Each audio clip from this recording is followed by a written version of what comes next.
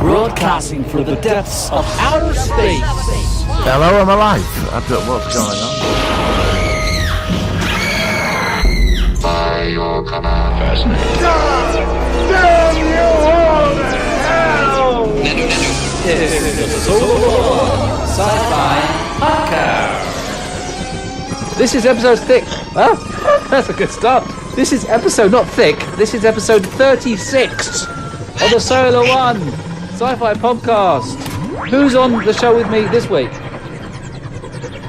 Me? It's you, and what's your name? My name is Martin. I'm thrown in for a I loop. will talk about my life if you want. I'm Martin. I'm pleased to meet you, and I'm drinking coffee and yeah. Hello, Martin. I love science fiction. Me too. I like science fiction too, which is why we do this show. Hello, Martin. I just wanted to do it slightly different this week, just to throw you for a loop, shall we say? And I think it worked quite well. Yeah, we're back this week again. Another show talking about the world of science fiction, some news about what's going on, stuff we've been doing at home, and we just want to share that with the world. So nice to be back with you again. So this week, what have we been up to? I was just talking before we hit record about a rather nasty audio from my neighbour who went a bit ballistic, and Martin was just saying how he wouldn't like to live with neighbours that sound like that. How are your neighbours where you live? Have you got nice neighbours? What do you mean? Well, he's been restrained upstairs, the pensioner. Oh, that's right. The one that, because you got flooded out, didn't you, or something? Yeah, I did. He's been restrained. They spent £3,000 on taps for him. Oh, God. Okay. He can only put his tap on for 30 seconds. Yeah, because... it takes him 40 minutes to fill the bath up, and then it's cold. Why hasn't he got the little hole in the bath, but actually for overflow? Why hasn't he got the overflow thing? Well, because he's insane, isn't he? He don't know. I mean, he's a nice enough fella, but I think they're trying to put him into care for his own good. Yeah. You know, okay. But things are on hold at the moment. But he hasn't done anything. He's been well behaved. Yeah, because when we talked about him before, I got the impression that he'd left, he'd gone.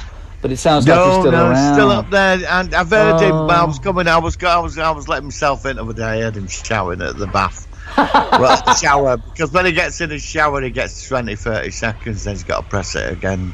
Oh, which I couldn't. I was laughing my head off. I thought, karma, bitch, karma.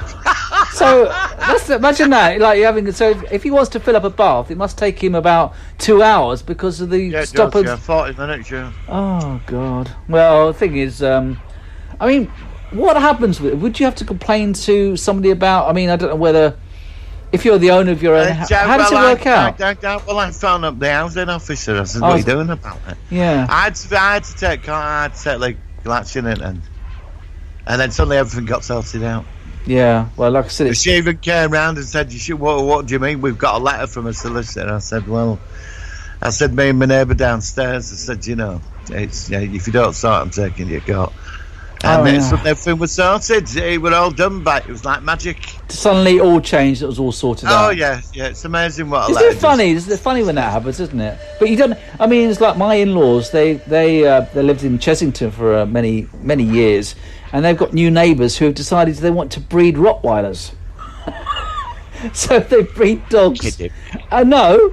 And so they've got this massive, because they've got a really long garden. They've paid about, I don't know how many thousands to get a huge fence put up along their perimeter of their garden down to their garage, because they've got Rottweilers and stuff. Yeah, I mean, it's just, if you're going to do that for a profession where you want to breed dogs, don't choose a little suburban kind of semi-detached house in Chessington where it's really busy and stuff.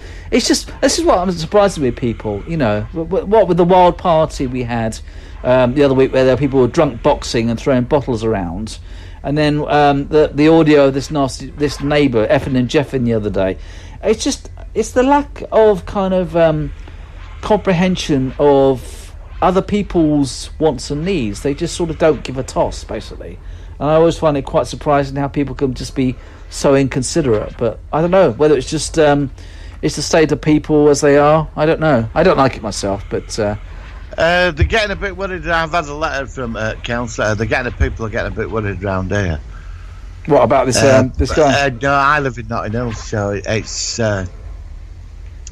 carnival time coming. Oh, the Notting Hill Carnival. I live on main route of it. Yeah, they have million. I've never fancied the look. I've never been to it. I've never been. I went once when I first came to London. It didn't look very nice to me. It looked a bit dodgy to me. So. Well, it's just so many people. So then, won't some people still try and do something even though they're not supposed to? Well, they've not banned it. They're not having it this year. But apparently, they reckon that there's going to be big parties. Yeah, that's what I was going to say. Individuals might try and do some kind of representation of it, even though it's not actually happening. They're having it online. Don't ask me what that's about. Oh, God. How are you going to have a carnival Why online? do they bother doing that if they're doing it online? You're going to look at your screen and go, way to the TV screen or something. Well, I mean, With a beer. normally, it don't bother me because Thursday night I'm through door and I don't come back till the Tuesday, you know? Yeah, fair enough. You know, we get a letter from Housing Association every year. It says, you will be fined if you rent your toilet out to people. I got a letter last year. It said there will be fines to all residents of the Housing Association. You will be fined if you let people use your toilets and charge, and if you're using your flat or house to put people up. We will know about it. Everybody gets a letter every year. Do you know what I mean? Oh my God, it's pathetic, isn't it? It's really but bad. Most people that live local, they all go away that weekend. So yeah, you know. I think I would. I mean, we have the Great South Run in Portsmouth. That's nothing like that. That's just a load of joggers. And every year, the cameraman goes on the TV, and I see myself on the TV waving, and it's quite fun doing that. But that's not too in your face, and it's not directly outside my road. It's near my mum's road, so it's. But that's the major thing we get. But the Nottingham Carnival just looks like it's mad. It just looks like it's way over the top. So I never fancied it myself. So yeah, it'd be interesting to see what happens this year with regard to what's happening. So that's it for news from me at home. I think that's. Anything else before we go into the news this week? No, there's nothing much to report really. I'm back doing the live shows on Sunday. Yeah, I saw you do that next week. Yeah, I'll tune into if that. anybody wants to tune in, Martin's Sci-Fi Appeal. Yeah, please do, because he does a really good show, and it's one thing I'm not as good at as doing as you are with the videos. You're very good at interacting with people and stuff like that, and it's always very entertaining to see what you. And it's a bit like a sort of like a video version of this show, except luckily you haven't got me with you, so it's even better. So there you go. Anyway, it will be a live show for 1 hour at 6 p.m. UK time, and I will see you all there. Yeah, Brett, and I'll try to tune in because I do like listening to your show. That'd be cool. Watching your show. Thank you very much. Excellent. Right, let's go into the news and let's see what's been happening in the world of science fiction this week. Here's the jingle. Working. So the sci-fi News. Okay, a few things which have been happening I've seen. I saw from you yesterday that apparently a 6th season of The Expanse has already been commissioned. Yes. Now, that's big news, seeing as the 5th season hasn't even come out yet.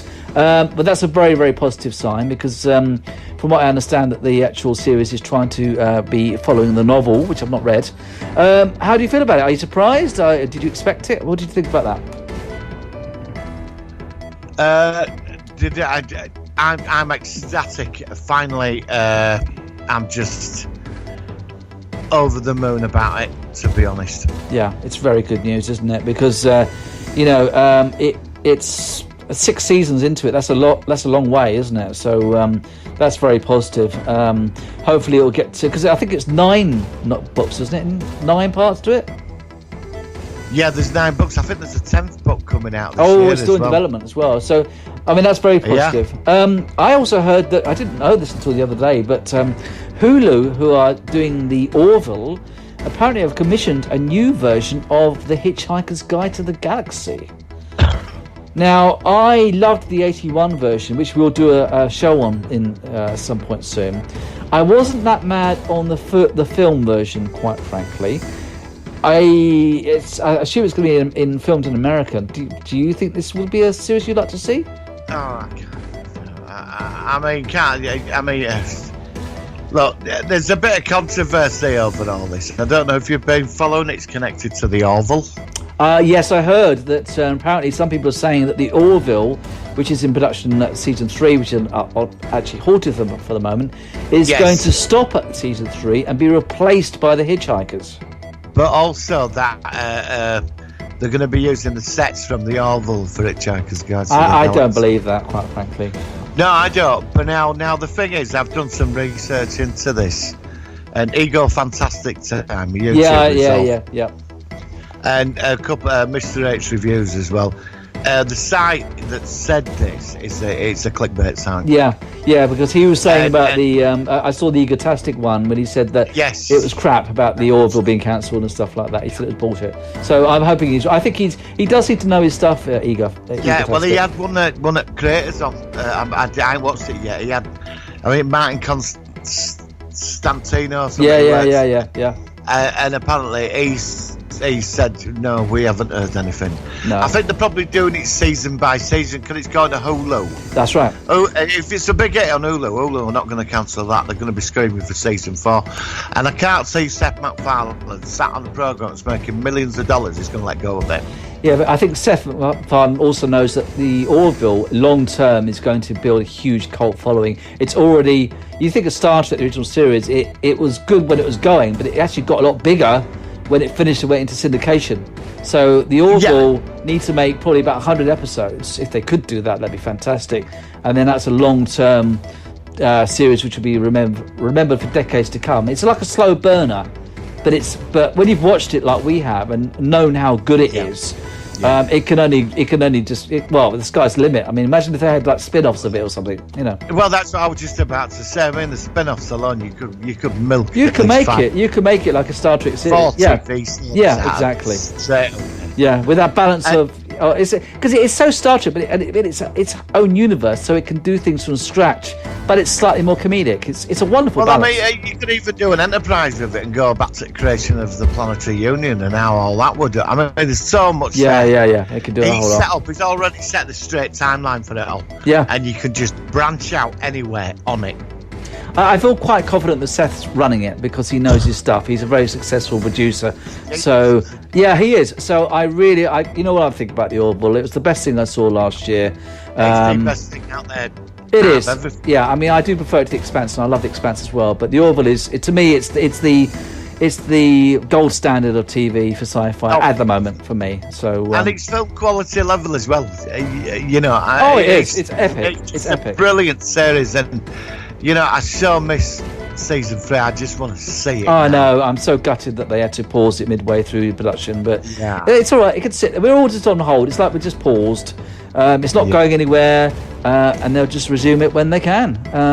Now, I also heard that Discovery is back on. I think said this last week. Back on October the 15th.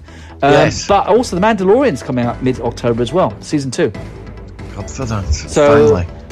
So luckily, both those respective series were filming production was done just before it all went tits up. So at least then, over the autumn period, we're going to have some sci-fi to talk about, review, and enjoy, which I'm really pleased about. Well, Lower Decks, nobody's picking it up apparently.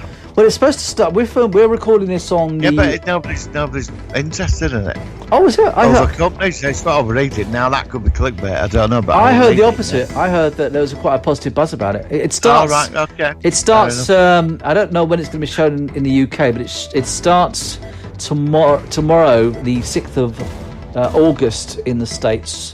And obviously we'll talk about it when it comes along. But I don't know about that one. It would be amazing if somehow that appeared on my computer screen somewhere. It could happen. It's a strange world. I don't know where it comes from, but it would be amazing. Yeah, maybe someone could turned it on and suddenly it were there, just playing. Well, maybe it could be beamed in. I reckon it could be beamed in from America and suddenly be playing on the computer. Well, that's what I mean. It'd be just amazing. Well, if it does, if it were to happen, we'll have to have a talk about it, won't we? So let's hope that something very science fiction-y happens where it materialises in where we can actually talk about it. So fingers crossed. So that's that. It is on somewhere.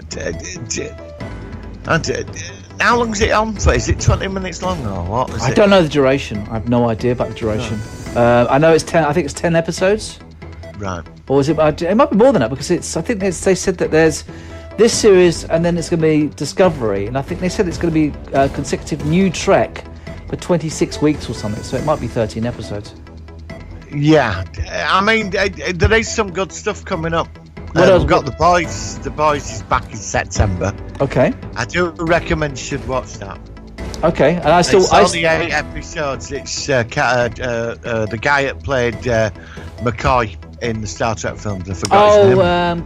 Carl something. I think his name is. Yes, Urban. Honestly, Yeah. Want to watch it? Yeah, I like him. Honestly, he was good in the. You honestly watch the 8 episodes. And you have got to see. You've got to see Russian Doll as well, the Groundhog Day series. Yes, I've been. It looks quite interesting. I really love it. I can't recommend it enough. It's what I was really blown away by it. It was really good. That'd be interesting if that just appeared on the computer. It's amazing how these things just like come. I'm not going there. I'm not going there. Let's just let's forget about the dematerialization stuff at the moment. What else have you heard? Moving swiftly on. Apparently, Dread 2 is officially happening. Okay, what's that? Is that one of your comic hero things? Oh, for God's sake! I don't know what it is.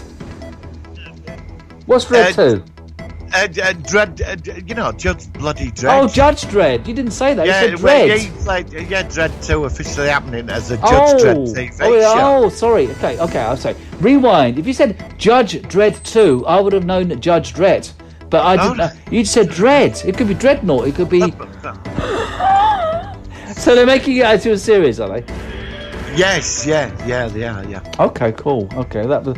anybody famous involved with that series yet? Or is it still in the early stages? I think it's going to be him again. What's his name? Carl Urban, or his name? Damn, it's Carl Urban. Yeah. Is he in that as well? Blimey, he's busy. He were in Dread, so forget the Sylvester Stallone. All I know is the Sylvester Stallone one and the old comics, the 2000 AD things, I think that was called, wasn't it? Did you see the film with Carl Urban? No. I know that it will mysteriously appear on your phone. Will you stop saying about that? Turn it on. It's just amazing, dude. I just like to... No, I heard about a film I fancy seeing. I think it's something called Splice or something. It's about these people who make this creature in the lab. Have you heard about that? No, but you reminded me of... I know I think there's a new version of the Human Centipede coming up. I tell you what, I've just done... I shot first one, never again. I tell you the film I want to review soon on the show. I've just finished the graphics for it. We've got to do The Fly with Jeff Goldblum. You must have seen that. God. I love that film. Yes, I've seen both of them. I mean, the second one is not so, but the first one is absolutely astounding. It's one of my top 10 horror sci-fi films of all time. Have you seen the Vincent Price? I've seen them all. I've seen the original 3... yes. The original 3 from 50s. Yeah, I've seen them all. I've got them all. I've got a copy of all of them. The Fly, Return of the Fly, then Curse of the Fly, then the remakes with the Fly, and then just the Fly. Oh, but I thought he got eaten and at first one when his head was stuck on Fly's body going. No. The second one, Vincent Price is back in the second one, but his son is grown up because this son is grown up from. Remember. I can't remember the name of the son in the first Fly, but he survives because Vincent Price is like the uncle, and then he looks after the son. The son grows up, and he goes back to the original lab, and he starts doing experiments again with the Fly again. And does he become a Fly? Yes, he does. It's good. I love the sequel. It's black and white for some reason. The second one. Is he evil like? I can't tell you. You've got to see it, but it's good. I don't want to say it. I couldn't stand the original. Didn't you? You're joking. Well, it was all right. I mean, how does Vincent Price come back? Well, because he's still the uncle, and he's still looking after the... Yeah, but he was stuck on a web as the Fly end at first one. No, that was his brother, wasn't it? The brother died with his head on the Fly and the body on the Fly's on the spider web. But Vincent Price, wasn't he the brother of Roberto, whatever his name was? I can't remember it. It was like French-Canadian, wasn't it? Is the third one a woman? Third one is the grand. I think it's the grandkid. Oh, I don't know. I don't want to turn this computer on tomorrow and mysteriously Fly 2 and 3 and whatever's there. Oh, I'm going to leave that to you. So you don't want to see the sequel, the Return of the Fly. Okay, no. But all right. I picked up on Blu-ray over there, but it freaked me out. It still does actually. What? I saw it and I thought, really, you're not going to find it. We're in the shop and I should have bought it now. But what's that? But it's the cover freaked me out. The Incredible Shrinking Man. I've got a digital copy of that, and it's brilliant. Yeah, well, I saw it on Blu-ray. I forgot, in the shop the other day. And I looked at it and it had him like fighting that spider, and I thought, that's a classic. Because I saw it as a kid and it really me too. Well, the original Fly freaked me out when I saw that little. Come on, at the end, help me! And he's on the spider's web. I remember that, and the cat goes through the transporter. No, that scared the bloody living shit out of me. That film. Family cat. Oh, I know, and it was like, meowing in the. Well, it had no form. I don't know how it was able to meow, but it was meowing through the wires. You're not going to leave him down in the cellar, are you? And you've gone to bed with all what's running about in there, are you? Oh no, I was thinking about the Fly with the cat. You're talking about the cat in the Shrinking Man. Right, Dave. Well, it's like they're both the same thing. They're very similar. They're very similar, actually. But I don't want to wake up tomorrow morning and find that on the screen. No. But you do want to review the Jeff Goldblum The Fly, though, because that is. Yeah, of course I do. That's a classic. Yeah, definitely. Brilliant. Okay. Any other news then? Because we're going off into some tangents today.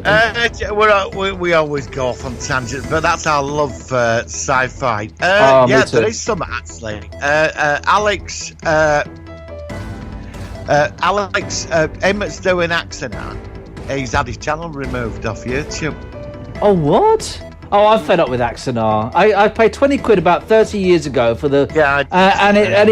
All I get on Facebook is updates, and they're doing another sort of like crowdfunding things for another 50p for a bar of chocolate or something, which might be seen on the bridge or something. I can't be arsed with it now. So, his channel's been removed off YouTube, yeah. Well, what the way that is then? There ain't much about it. That's strange. I'm accent out update. I'm just YouTube. I'm just doing it now. It's gone to his channel. Video unavailable. His channel's gone. It's all speculation. I mean, I could read the comments. Is that the channel that actually shows the Axonar 20-minute? The clips and the making of it, and him trying to raise money off people. Can you send me this and that, and then you can get a badge and. But a lot of people say, well, good, because we're all sick of it. There's a lot. It was ridiculous. I looked. I'm reading comments now. I looked at it the other day, and about a week ago, he said, we are due to start filming the last bits in October or something. And it's not all his fault, because obviously everything's been. I think it was due to be finished in the summer or shown in the early autumn. But 2 years ago. Yeah, I know. I agree. But then that's CBS, isn't it? He raised £1 million. He bought a studio, but he bought a building, and he apparently shouldn't have done that. Then he rented the studio out for work and that, and then we got the odd clip of 2-minute clip or a half-a-minute clip or something. That's right. And then there's a picture of a bridge with him on it, and because he walks out. Gary Graham, him that played Gary Graham, he walked out, Did he? Week. I didn't know that. He walked off. Why? Something to do with money. Because he was reprising his role. I think his character was called Soval on. That's it. Yeah. Well, he said on his Twitter account that the parted ways. It was to do with money, but I think what it was, because he's quite an established actor. I think he's worried about. With Paramount. Actually, I've been saying Alex Kurtzman. That's the guy who runs Discovery, and no, it's Alec Peters, isn't it? Alec Peters. Sorry, everybody. I've been saying the wrong name. It's Alec Peters. Well, I think it's well, this is it. He walked out over money, and he said it could be damaging to his career. Because he's quite a big actor, that Gary. Yeah, I mean, he appeared in Voyager as well, and he appeared in obviously Alien Nation as well. Yeah, well, he's all over TV. He's like he's like a TV actor on soap operas and all that, isn't he? That's right. Well, CBS and Paramount, he might think, well, this guy's getting into all this crap with them all the time. It might not be worth me sticking around. Well, I heard when the first CBS rules came down, that fan films were not allowed to hire official actors in the Hollywood industry. Now, I know J.G. Hertzler, who played Martok, was involved with it as well. So Tony Todd, look, Tony Todd's a huge actor. Yeah. So as far as I was aware, none of them could come back anyway. So I don't know what's going on now. Well, with Alec Peters, I loved the 20-minute thing they did. I've got to admit, it was fantastic. I loved it. I have to say it's the best Star Trek I've seen in After Enterprise. They got it right. Yeah, they did. He made Star Trek. He did. Absolutely. He did. And it shits all over Discovery and Picard. It blows it all out of water. Yeah. And really, what Paramount CBS should have gone up and said, look, we're going to give you a big budget. Turn this into a weekly TV series. Because they're wearing the original uniforms. They have the original ships with the original continuity. Sets, they advanced the sets. They still look the same, but they'll still look futuristic. Yeah. And it worked. That 20 minutes works amazing. It did. And that is what... And really, that was where I was hoping the new Star Trek series were all going down that path. Yeah, and they went a completely different tangent. Sorry for mine, but they fucked it, didn't they? And got it right. But then again, it comes out about him, all these stories, and he's always online asking for money and send this. Then he's in court again with CBS. Then he's out of court, and that's why when he said it's coming soon, I sent him like 20 quid. I did 20 quid as well. And I'm never again. No, but because of him, Star Trek Continues could go. Yeah, and also Star Trek Phase 2, the other fan series, which is the second.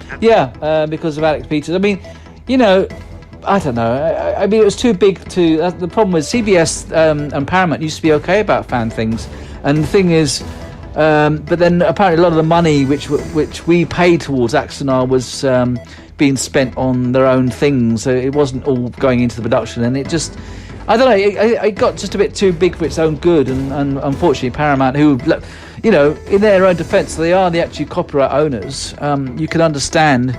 Well, for many years they didn't mind the fan stuff. That's right. Honest. That's right. They didn't mind it because there were loads of fan stuff. That's right. Going for years on YouTube, and they, it kept it alive, and they looked at it and probably thought, well, they're keeping it alive, so we can at some point we can bring it back, because the problem. But then he come screwed. I think when he reached the £1 million mark. That's right. That's when it went. That's it. When it went past $1 million, because I remember on the crowdfunding thing. I can't remember. There was the name of these ones. They used to have these things. Kickstarter. That was it.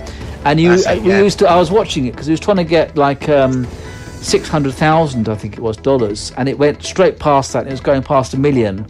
And of course, it went much higher than he envisioned. But then I don't know, it was because fans wanted Star Trek back. They did. Yeah, and I mean, there's a movie called New Horizon. That's very good. I saw that as well. That was set in. That's very good. That was set in Captain Archer's time as well. I quite like that as well. Very good. I mean, you had the big ones. I mean, the three big ones were, for the longer ones, were the Renegades, which you didn't like. I didn't mind it. Horizon. And then, of course, Axanar, which was like a prelude to the actual main feature. But I mean, I'm looking at on Facebook, and he's still on there. It says Axanar was live yesterday. Chat all things geeky, newsletters, Trek After Dark, and it just goes on and on and on. Here we are. What's this? Here we are. This follows on what you said. On Wednesday, Gary Graham announced that he will no longer be playing Saval in the two Axanar sequels. This was what Gary posted on Facebook. For those who wish to know what happened, it's complicated, and I don't wish to malign anyone. The parting was amenable. I just weighed the amount Alex was willing to pay me versus the career liability my association with the Axanar project was beginning to incur, and risks need to be compensated. And we just had a disagreement over that compensation should be, and neither party would budge. The end. So he says, I have nothing but respect for Gary as an actor and person, but I thought they nearly finished all the scenes. So what does that mean? If he's gone, I don't know. It's going to be a total mess. It's going to be a total bloody mess, mate. Sure, I'm not following it anymore. No, I mean, I haven't until you brought it up, but it's still just a complete like shit mess. If it pops up, I'll review it. And, I mean, we could do it. We could even do a joint review if you like. I'd like to talk to you about that. We could have a watch party, actually. I'd love to do some of those with you at some point if you fancy it. I don't know how you do it. Do it on Facebook Live. You have a watch party. Oh yeah, because you've done that with 1 or 2 episodes. I don't know. I've loaded the podcast up on Watch Party. Yeah, I watched it. You got interact. I don't know how you interact with it. But I mean, I wouldn't mind some more of these StreamYards where we sort of like do a joint thing and we can talk about something. But why don't we do a weekly one when Discovery comes back? Oh yeah, yes please. I'd love to. I'm actually. Why not do it 1 hour a week? Yeah. On a weekday or something. Oh, we could do it on Zoom and record it. Yeah, and they could just release it. Talking about it, yeah. Yeah, okay, that'd be cool. Count me in for that if you fancy doing that. So we got the podcast, and then while Discovery's on, we could do a 1 hour special each week on Discovery. And we could post links as well on the podcast, which means that more followers will go your end. And we'll just this is yours, so I won't put it on my YouTube page. It'll just be all your stuff for your channel. And then hopefully, it might even help you out and get some more subscribers. So, go for it. Brilliant. Yeah. Excellent. Anything else before we go on to our topic of the week? No, that's it. That's it. There's no more news. I'm looking. No, nothing. There's no spacey stuff this week either. No, but we had quite a lot of chat though. We had some good discussions and stuff. So we kept us talking. Right, let's hit the jingle and go into our focus of the week. It's the Solar Sci-Fi Focus of the Week.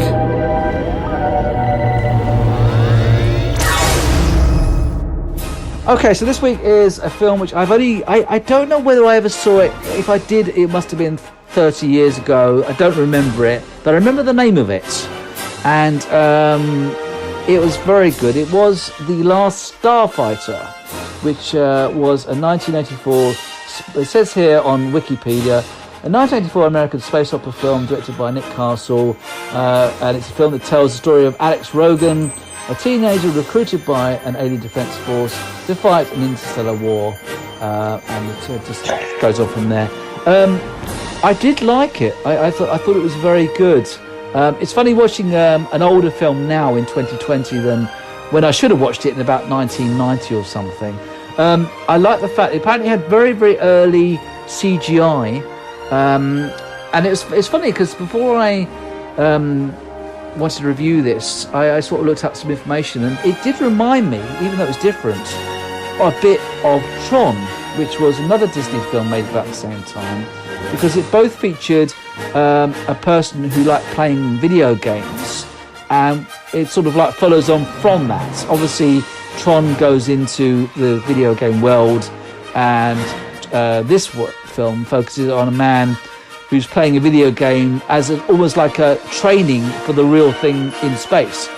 But I liked it. I thought it was a well-made production. I recognise Dan O'Hurley, who played the evil guy in Halloween 3 Season of the Witch. I wasn't familiar with Lance Guest myself, but you saw this a long time ago. Tell me what you thought about it and why it stuck in your mind. I got hold of it on Blu-ray a couple of years ago. You can't get it in this country on Blu-ray, right? And I'd had it on DVD, but I saw it at the cinema. That and Buckaroo Banzai. Yeah. And they just vanished after like a week, 2 weeks at the cinema. They were hardly there. Oh, strange that. I hate that when that happens. You get certain films. Yeah, they just hang on. Absolutely amazing. But they just don't catch light. It's like, and they just fizzle out. They fizzle out. I went in there. I think I must have been 18, and I sat in there. It was in the week, in the middle of the afternoon, and I was Alex Rogan for that 2 hours, and it pissed me off when I had to walk out of that cinema and get a bus home. Because reality was outside. Yes, yeah. I was Alex Rogan. And as soon as it came out on video rental, I kept renting it all the time. I wouldn't stop renting it. And then eventually I got to buy it. And I just love the film. I think that film, it's interesting because you've got the Spielberg era at that time, the VT and Back to the Future. And yeah. It's all set in the suburbs. Yes, that's right. Ferris Bueller's Day Off. Similar sort of location. It's always in that location. Yes. But with this guy, he's in a trailer park. Yes, that's right. In the back arse end of nowhere. And all the family's skint. His dad's not about. His mother's bringing him up. Shit. I mean, it's a nice trailer park. Everybody's quite nice. But it's still a trailer park. And he's a kid that dreams that he wants to get off somewhere. He wants to get out. Get to college with his lovely girlfriend, Catherine Mary Stewart Masterson, I think she was called. Yeah. She was quite big back then. She was in Night of the Comet. Yeah, I was about to say that. Yeah, that's what I remember from as well. And you could sort of relate to that. You could sort of, because at that age you had dreams, and and he conquers this video game. Suddenly this cool alien turns up in a outer space DeLorean. Flying car. Yeah, yes, that's right. Takes him off to another planet. And he thinks, what's going on? Signs him up to fight an interstellar war. That's it. And you're into this entire situation, and then you've got the robot duplicate. Yep. Who was messing stuff at home, messing things up at home. Messing it up. Says to young brother, says, I'll tell Mum about your dirty magazines. and it's great scenes like that where kid wakes up, little brother, and his head's on the table. And it's just a super. Yeah, it's a cult film. It's a very cult film. And it's magical. And this poor Alex Rogan, who we're all just, I want to leave and do something with my life. Suddenly he's into this interstellar war. Look, the baddies are pretty mediocre. You got yeah. But that's all. Doesn't matter. Doesn't matter. It's all about him. It's all about his character and this responsibility thrown on him. Absolutely. And in the end, he does the right thing. He stops, because eventually they're going to get to Earth if the Starlink falls. Yeah. And then you've got Death Blossom, that when it goes into one, when it's just annihilating the entire fleet of fighters, and they take out the mothership, and then I love the ending where he lands the ship and he says to his girlfriend, "Come with me." Yeah. Come with me. Fuck college, we're out there. It's more fun. Yeah. Yeah. Yeah. It was a good film. Music, the soundtrack. Yeah. Wow. What music! I'm going to watch it again. Actually, like I said, I only seen it once. I'm going to dig it out today. Yeah, especially we've done the review of it. I certainly. I'm surprised that I wasn't. I mean, most of these other films talked about like Night of the Comet or Tron and stuff. That sort of era. I was so well aware of these. I knew of the name of The Last Starfighter, but I was convinced it was that other film. We talked about this last week with the ship, which looks like a buttock and it's orange, and what was it called? Battle Beyond the Stars. I always confuse those two films. I don't know why. How dare you compare? I can't help it. I don't know. How dare you? Oh, there's going to be people kicking tables over right now. What you've just said. It's just Battle Beyond the Stars and The Last Starfighter. They've both got the word star in it. The Last Starfighter. And battling and fighting. Beyond the fucking stars, please. I don't even remember I don't even remember the other one, the battle. But we'll do a review of that as well at some point as well. Oh, we've got to do Battle Beyond the Stars. You mean with the spaceship taken from the fleet from Battlestar Galactica? I need the electric ship. I've got to watch it. I'm going to watch it, and then, like I said, because you do see some ships from other series, like an eagle in Red Dwarf. We saw that as well. So. But I would say that I thought it was a very, very fun production. It was good fun to watch. And what I think you just pointed this out about him sort of going in, playing his games to sort of forget about reality. In many ways, science fiction when I was growing up, it was a way of just losing yourself from reality. I was like when I went to see it at the cinema. Yeah. And that's the one thing for me which science fiction has always done. It's always been very powerful in just forgetting about the, not humdrum, but the ordinary life that we all lead to a degree. We all have to lead, and go into another world or another dimension or whatever. I saw it twice on the same day, because that was time when you could just sit in cinema all day. It goes round in circles. Yeah, exactly. I stayed in for the second time, but eventually I had to step outside. Oh well, yeah, but it's good that you got to see it twice though. I mean, you couldn't do that now. I wanted to walk into the screen and disappear. Yeah, but yeah, it's definitely a good film. I'm really glad that I watched it. I don't know how. I think you told me about it, which is why I got to see it. I did. So thank you for that. You'd love it. I knew you'd love it. Yeah, it was good. Did you know? It's worth buying the Blu-ray, to be honest, because the documentary they are on YouTube. That they was one of the first films to use computer CGI. That's what I was going to say, because at the time, both this and this, for some reason, irrespective of what you just said, it did remind me a bit of Tron. And both this and Tron, at exactly the same time, had the distinction of being the cinema's earliest films to use extensive computer-generated imagery to depict its many ships, environments, and battle scenes. Well, I'm going to tell you an historical fact now. And you're going to be shocked. Okay. When Star Wars when they were setting up to film the space scenes, that company that did them effects, they approached George Lucas at the time. Instead of using models, said we could create. Oh, that wouldn't have worked then. No. On CGI, and there is footage of extra fighters. Really? You can, back, but they turned it down. It was deemed very expensive. So, what did it look like? How was it? I mean, it wouldn't stand. It's CGI. It's pretty. Actually, it's pretty bad. You can't help it. I mean, if you type it "Last Starfighter" documentary, you'll see the clips of it. Okay. But they tried, because it was the new technology at the time. Some computer had come out. It was something to do with, weather readers. Yeah. Back then they had some kind of machine that did something with screen. It was something to do with that.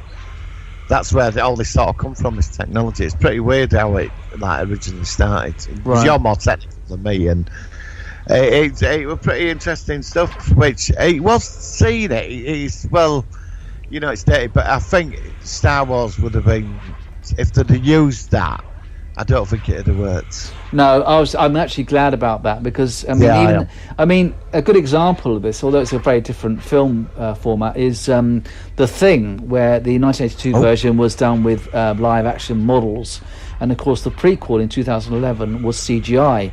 Although originally, was that CGI, the prequel? Yeah, and I bet there are a lot of people. Originally, it was filmed with proper animatronics in the way like in '82, but in the last minute, the company decided to scrap that and change the Thing creature to CGI. Now, I actually liked the prequel. I actually thought the prequel was quite good. I think it's great. And a lot of people hate it. And I went to the cinema to see it, and I was a huge. Did you see it at the cinema? Yeah, I mean, I was a big fan. I mean, the Thing, which we've got to do another. Sorry, I know we're going on a tangent here very quickly, but The Thing is one of my all-time favourite sci-fi horror films.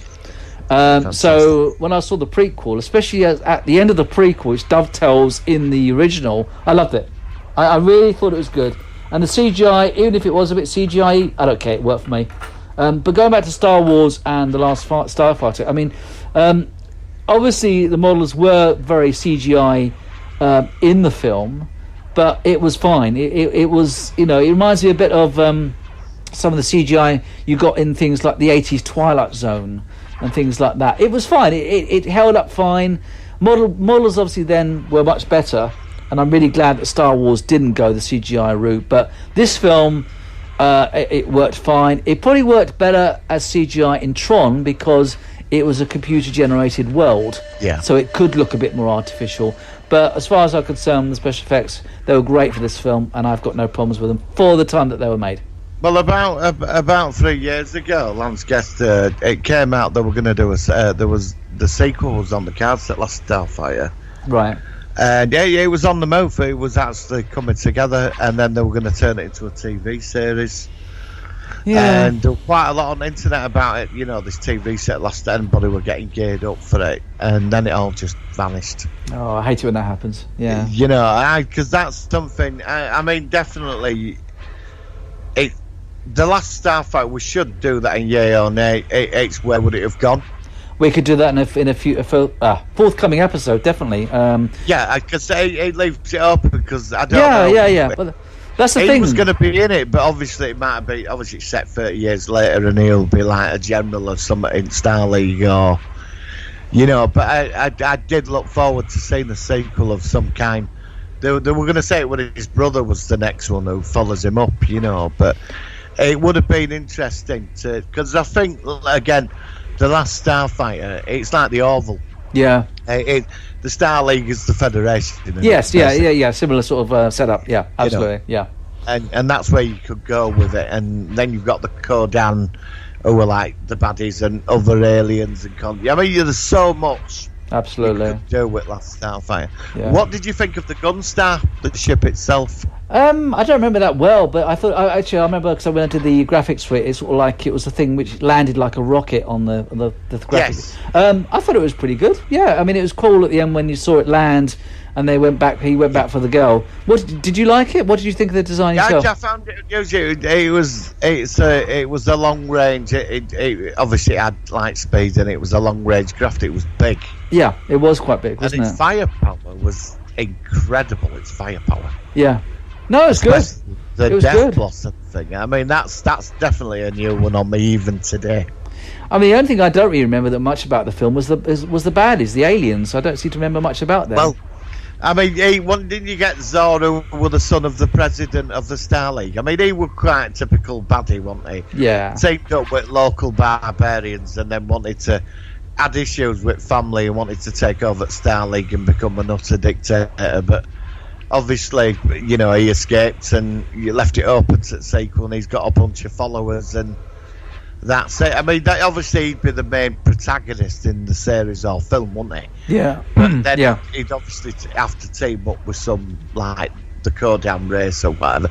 But there's so much it could be, like, in that film. I mean, I love that general when he had that visor figure. When he got annoyed, it opened up. I remember that on his helmet. Well, I mean, it's had some interesting moments in it, didn't it? But I mean, it certainly stood out. So, yeah, I mean, I'll sort of wrap this up now. But I did like it. I thought it was a very good production. Yes. I'm very glad that you recommended it to me. I'm surprised, like I said, that I didn't see it beforehand.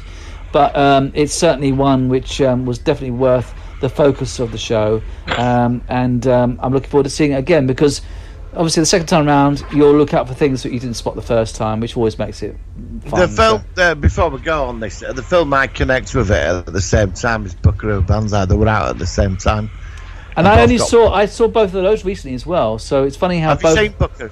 Yeah, I don't remember that well, but I liked it. Yeah, we'll do that as well. That next week. Yeah, Buckaroo Banzai. I can't do that yet because I haven't done the graphics for that, but we will do that in due course. I've done a ton of graphics, but yeah, we'll definitely do that in the future show, and I'll look forward to discussing that with you again. So yeah, just to wrap up this segment, very good film, definitely one you should add to your sci-fi collection, and thanks again, Martin, for telling me about it in the first place. I appreciate that. Thank you very much. Now we are going to go into Cancelled Nay It's Here to Stay, but I just wanted to quickly feature something which I would have put in the news, but I forgot. But I want to just sort of dovetail it in here. As people are aware, the astronauts came back from space this week, after being up there. Hola! No, that's a blooper. Right, let's start again. So they came back from space. Yes. And I was watching it live, and it was on the TV because we had YouTube on the TV, and my family came in and said, "Oh, is this on the BBC?" No, it's on YouTube because it won't be shown on terrestrial TV, even though it's really interesting and historic. And it was really interesting. And the reason I'm bringing this up is that it was very strange. About one point, they had this interview with this lady at NASA, and there's something really weird happened to her microphone. And when she talked, she suddenly sounded like she was either a demon or she was an alien being. And I thought I'd play this, although you won't hear it that well. I'll play it to you now to see what you think. And like I said, it might not pick up very well on Skype, but you might hear it better on the replay. But I thought this was funny. So let's give this a play and see what you think before we go into strange, what's it called, Cancelled Nay. Here we go. See what you think of this. I thought it was quite amusing. We'll try one more time real quick. We have NASA's Brandy Dean out with the recovery forces. Brandy, if you can hear me, what was it like to watch this Dragon come down under parachutes? Oh, it was amazing. I wish everybody could have had my view. It was such beautiful sight. I mean, it's a gorgeous day. The water is calm. Really the best weather we could have asked for. And we heard the sonic booms as it made its way back. And we were able to find it early on as the parachutes were deploying. So it was very exciting for everybody who was gathered here. I mean, we talked so much about the weather. You said it looks great. What was it like on the ride out there? Has it just been kind of clear skies and clear seas the whole way? I'm not sure if you can hear me right now, but I think you're asking about the weather, whether it was clear skies. There are just a kind of a circle of clouds along the horizon, very low, but we were able to see the parachute far above the clouds and then follow it all the way until it splashed. No. All right. I Well, watched this live. we're not getting any views on the boat. So, what kind of activity is taking place right now? We're able to see the fast boats approaching the capsule. What's everybody doing on the boat to just kind of get everything ready? The boat's also making its way towards the capsule. I can't see it with my rear eyes.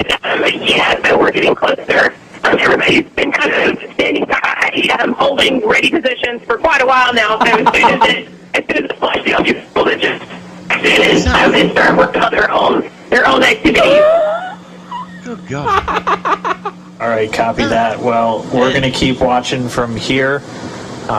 Thanks for calling in, and thanks for being out there with everybody and getting us these great views. It's really incredible. I know. It's like you've got the devil on other side of the phone, or exorcist, or I dare to say a reptilian human hybrid alien. And he's like, yeah, it's okay. You have a nice day, and again. I pooed myself when I first heard that. I was so bloody frightened. I thought, that was not me mucking about. That's not me mucking about with sound effects. That was how it was. And I actually I put it on YouTube. It was that funny. And somebody... It was really funny because when it was live, and then because like when it's live, you get like the chats, and it was because it's really busy. And somebody put on there, "We are the Borg." It was really funny. Yeah. I mean, but what I loved was the presenter dude who didn't even question it. Yeah, it went straight through it, just completely sort of like wasn't affected at all. He just went barreled in at all. Anyway, that was a rare extra thing, but I just wanted to share that because I thought it was hilarious. Right, we're running out of time. Let's quickly go into Cancelled Nay It's Here to Stay. Are you ready? Here we go. Yes. Cancelled Nay. I can hear lots of static. It's here to stay. All right, Martin suggested this just off the cuff. Really good idea. I wish I'd thought about it myself. Of course, it was Stargate Atlantis, which we've still not reviewed yet, but we're going to. I'm a huge fan of Stargate, and I know Martin's a big fan as well.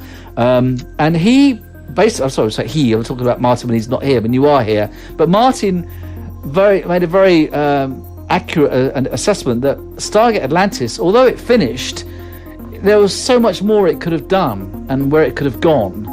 So let's go off the cuff. At the end of season 5, Atlantis had gone back to Earth, and the Wraith I think the big super Wraith ship was destroyed, but they could have done a lot more. So what do you think they should have done if it had been renewed for season 6 rather than going with Stargate Universe? Right, well, before we get into EA on there was the planned movie, and it was called Yes. Pegasus. Yes, you're right. So they take Atlantis back to Pegasus because they have that new drive, Insta Drive, where you could just jump somewhere instantaneous. That's right. Well, why can't they get them back from Stargate Universe like that?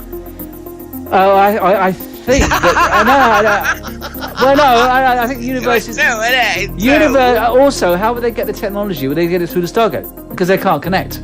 They might need. But Atlantis jumped from Pegasus Galaxy instantaneously to Earth.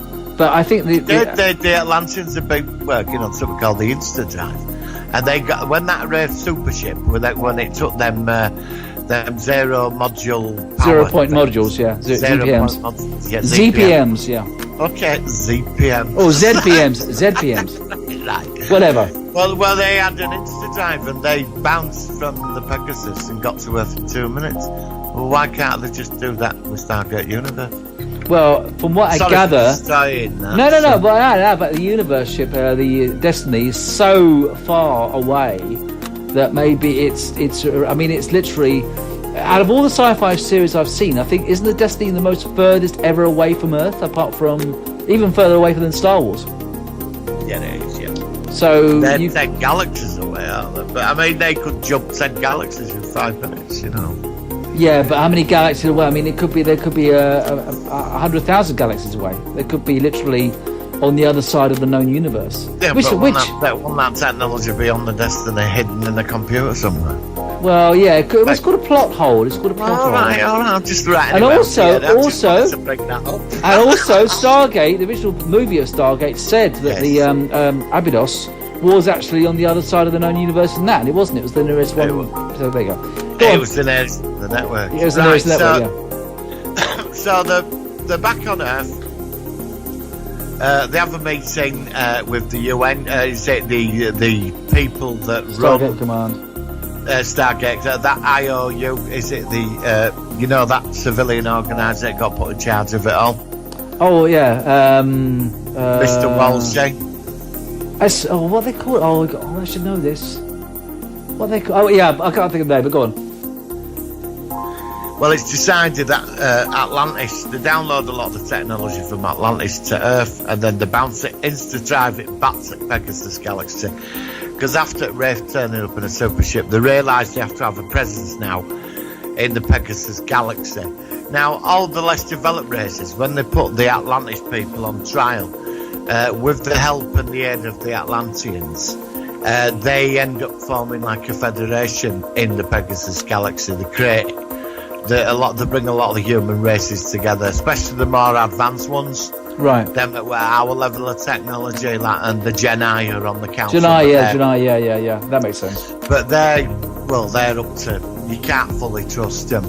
But then over time they start taking the fight to the Wraith itself. They start taking fight to the core of the Wraith, and unifying a big chunk of the Pegasus Galaxy. I wouldn't mind seeing some more of the Pegasus Asgard, because we saw some Asgards out there. Yeah, that could be. And what about the replicators as well? Well, they got jumped, didn't they? Did they all get destroyed at the end? I mean, because the replicators in Atlantis. No, they didn't, because Dr. were in charge of it at the beginning. She come back as a replicator. Elizabeth Weir, yeah, and she's left floating around somewhere in Pegasus Galaxy, so she could have got picked up by a Wraith ship. Yeah. And they all took over, so you got a new Wraith. But it was mentioned by the other Asgards that there is other highly advanced races in the Pegasus Galaxy that shield themselves. Which we've not actually encountered yet. Yeah, I mean, do you remember the episode, I think it was called Fatalist Variations or something like that? It was an episode where they ended up going into different parallel universes. Yes. And there was this new race that we only saw... in the Borg ripples. Yeah, they were very Borg-like. Very, very Borg. And I think... I heard somewhere that they were proposed, if the series had continued, to be a new adversary in season 6. But as you say, they were very Borg-like. They didn't seem to be very different from the Borg. Well, there could be like a creation of Wraith and Replicator merged together as one. Yeah, I could see that. Where instead of like replicating, they feed on life force energy to keep themselves alive. It's like replicate Wraith together. And some experiment. I would have kept Michael alive, running about. I like Michael's character. Michael was quite a good character. He somehow survived that fall. He survived. Yeah. He somehow teleported out as he was falling down, and he comes back. He's a bit messed up though, and he could be the creator of that new experiment of the Wraith Hive. I'd have some of the ancients as well in the Pegasus Galaxy up to stuff. Like there's not an Ori, but there's an evil ancient interfering. But I'd form that there was some new races now forming an alliance against the Wraith threat, and I'd focus on that. That's where I'd say the Atlantis lead that alliance. But I mean, it also really, I was a bit underwhelmed with the Wraith to a point. I didn't mind them, but I think that in some ways, in some episodes they just did the same thing every week. I think a new race, the same as Stargate SG-1, at the end of season 8, it came up with the Ori, which really shook things up a bit, and I think they did really well. And I reckon that they would have either done this Borg-like race, which we just talked about, or whether it would have been something else. I don't know. But I certainly would like to have seen this. Back. I'd have Todd back as well. Todd was a good recurring character. I like Todd. Yeah, I like Todd. But I wouldn't make him evil or good. He's just out for his own agenda. He wants to lead the Wraith people. But you could have it with Todd that he wants to take them in a new direction. He wants to change the way they live, because there's no future for the race, really. No. Because when the humans across the galaxy start, that race created that virus that killed the Wraith. Yes, that's right. That gets spread around many races now, and they're all like injecting themselves with it, and they put it in the atmosphere to keep them out. And it ends up the Wraith. Really, it's about them surviving, and they've got to change. Things are over for it's changing. But this alliance is led by the Atlanteans, And who would you like to have actually been running the Atlantis? Would you think Wolsey still, or another new? I like Shepard. He's my favourite Stargate character, is Shepard. Okay. But I like Shepard. Yet again, O'Neill evolved, didn't he? Yes. He did evolve in the sense he became Brigadier General O'Neill, didn't he? Yeah.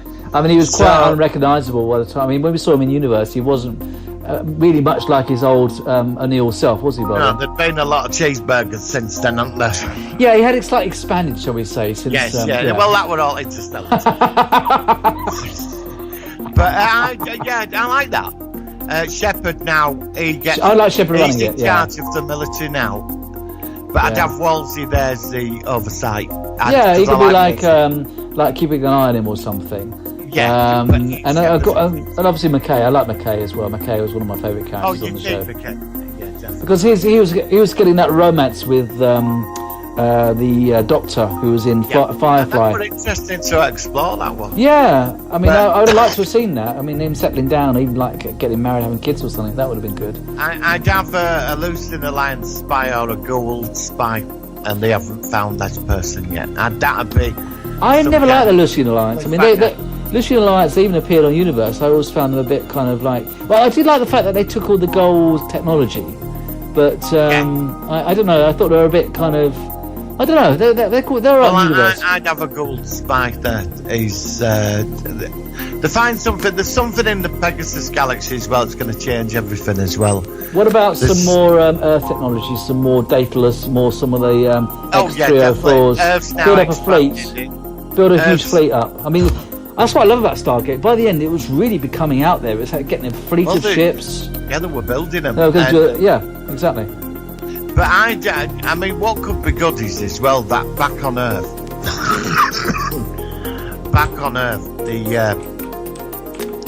the political fallout from Stargate project is now leaked out into public domain.